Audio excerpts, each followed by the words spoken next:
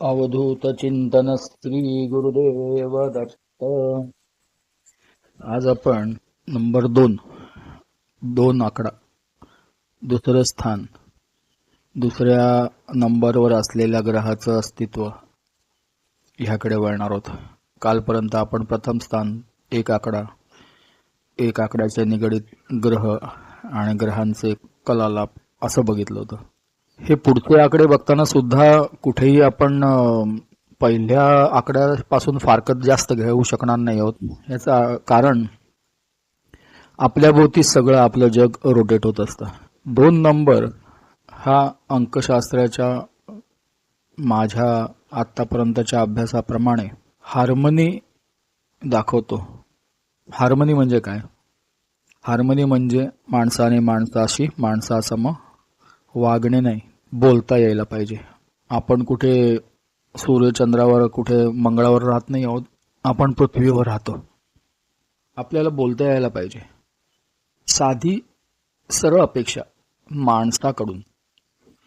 प्राण्यांना वाचा दिलेली नाही, माणसाला दिलेली आहे. मग बोलता यायला पाहिजे. घुम्यासारखं तोंड करून बसून चालत नाही. तुमच्याकडे कोणी आलं आणि तुम्ही मोबाईलमध्ये थोबाड खोपसून बसलात, काही न बोलता थोडं असं तोंडिकलं हसलात, त्या माणसाला काही कामधंदा नाही आहे किंवा त्याला घरी कोण विचारत नाही म्हणून तो तुमच्याकडे आलेला नसतो. तो तुम्हाला भेटायला आलेला असतो. भले तुम्हाला तो नको असेल त्यावेळेला, तो आगंतुक असेल तर तुमचा नाईलाज आहे, तरी सुद्धा तुम्हाला एक थोडंफार माफक का होईना त्याच्याशी बोलता यायला हवंय. आणि जर तुम्हाला तेवढं सुद्धा साधत नसेल ना, तर तुम्ही माणूस म्हणून घ्यायला लायक नाही आहात. पहिली गोष्ट. हार्मनी म्हणजे सिंपल आहे बघा. हार्मनी म्हणजे मी आत्ता बोलते, तुम्ही माझ्या समोर आलं तरी आपण दोघं हाय हॅलो तरी करू. रस्त्यानं जाताना कोणी तुम्हाला हाय केलं, तुम्ही हाय केलं, संपला विषय. तुमच्याकडे हार्मनी आहे. तुमच्याकडे बघून कोणी हाय केलं आणि तुम्ही रस्ता क्रॉस करून निघून गेलात, किंवा तुमच्याशी बोलावं लागेल म्हणून जर कोणी आधीच रस्ता क्रॉस केला, हा भांडण वगैरे असताना गोष्ट वेगळी आहे बरं का. मी त्या एक्सेप्शनल गोष्टीत बोलत नाहीये. ह्या गोष्टी म्हणजे कसं, तुमचं काही भांडण नाही आहे, पण तुम्हाला नाही वाटत आहे बोलावं असं कोणाशी तरी. एखाद दिवस असं होऊ शकतं, मूड ऑफ असतो आपला, काहीतरी आपलं बिनसलेलं असतं, दुःख असतं, काही असतं, ती गोष्ट वेगळी. हे सगळे एक्सेप्शन्स आहेत ना, ते बाजूला ठेवू. आपण जनरल रूल बोलतोय सध्या. हे सगळं जे माझे विवेचन आहे, ही सगळी जनरल रूल म्हणून आहेत बरं का. एक माणूस म्हणून तुम्हाला कोणी हाय केलं, तुम्हाला हाय करता आलं. नमस्कार म्हटलं, नमस्कार म्हणता आलं पाहिजे. जय गिरणारी म्हटलं, जय गिरणारी म्हणता आलं पाहिजे. तुमच्या मनात असो वा नसतो, तुम्हाला बोलता आलं पाहिजे. तुम्ही वाण्याकडे दुकानात जाता, तुम्हाला काही डाळ तांदूळ काय हवं असेल, वेफर्स हवे असेल, आईस्क्रीम हवं असेल, बोलता की नाही गपचूप? कारण तुम्हाला ते हवं असतं ना. मग तुम्ही न बोलून काय मुख्याने त्याला काय कळणार नाही तुमची भाषा काय ती, मग तुम्हाला बोलावं लागतं. तिथे तुम्ही माफक बोललात, जास्त बोललात, काय बोललात, त्यांचा काय अर्थ नसतो. ती जी गोष्ट तुम्हाला विकत घ्यायची, त्याची जी काही किंमत आहे ती तुम्हाला द्यायची आणि तुम्ही ती वस्तू घेऊन यायची.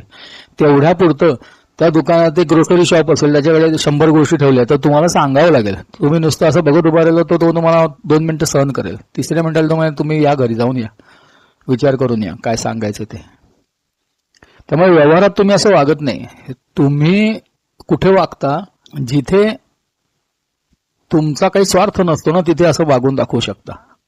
तर 2 नंबर ज्यांच्या जन्मतारखेत नाही, अशा लोकांना आम्ही सोलो म्हणतो.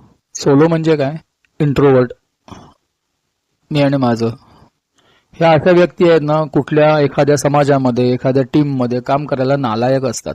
कारण ह्यांना स्वतःच्या बाहेर विचारच करता येत नाही. आत्मकेंद्रित विचार असतात. म्हणजे ते कुटुंबामध्ये असतील तेव्हा सुद्धा त्यांचे आई वडील असतील किंवा घरातले इतर कोणी असेल, त्यांच्याशी सुद्धा बोलणार नाहीत. ते कामापुरतच बोलतील. जेवायला हवंय, चहा हवाय, हे हवंय, ते म्हणजे स्वार्थ साधण्यापुरतच बोलणार. जिथे स्वार्थ नाही तिथे बोलायचंच नाही. कसं होतं, तुमचा स्वार्थ आहे, त्यांचा नाही आहे का, ते बघून बघून घेतील एक दिवस तुम्हाला, आणि त्याने बोलणं बंद केलं तर.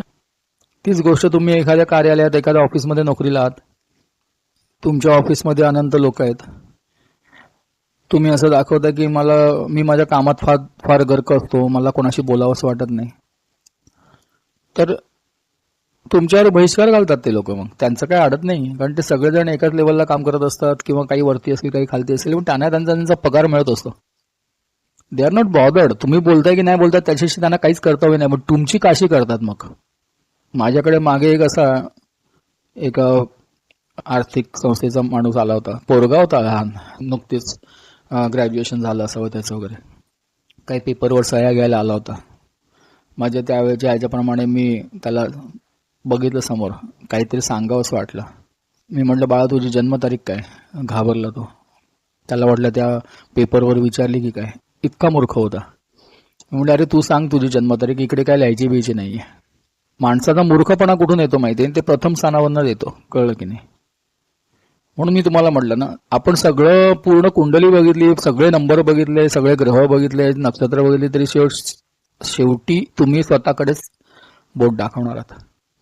मग त्याला जन्मतारीख विचारली, त्यांनी जन्मतारीख सांगितली. मी त्याला, मला कळलं ह्याच्याकडे हार्मनी नाही, मी त्याला हार्मनीबद्दल ज्ञान दिलं. त्याने मला काय प्रश्न विचारला, आमच्या बॉसने तुम्हाला सांगितलं का?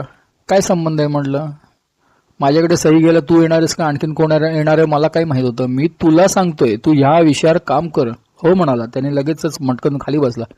मला म्हणाल, नाही माझ्या बाबतीत हे होते, माझं कोणाबद्दलही काही वाईट मत नाही, पण सगळ्यांनी मला वाईट टाकलेलं आहे. कोणी माझ्याशी नीट बोलत नाही, माझं काही काम असेल तर कोण करत नाही. असं का होतं म्हटलं, काय माहिती म्हणाला, काही माहित नाही मला.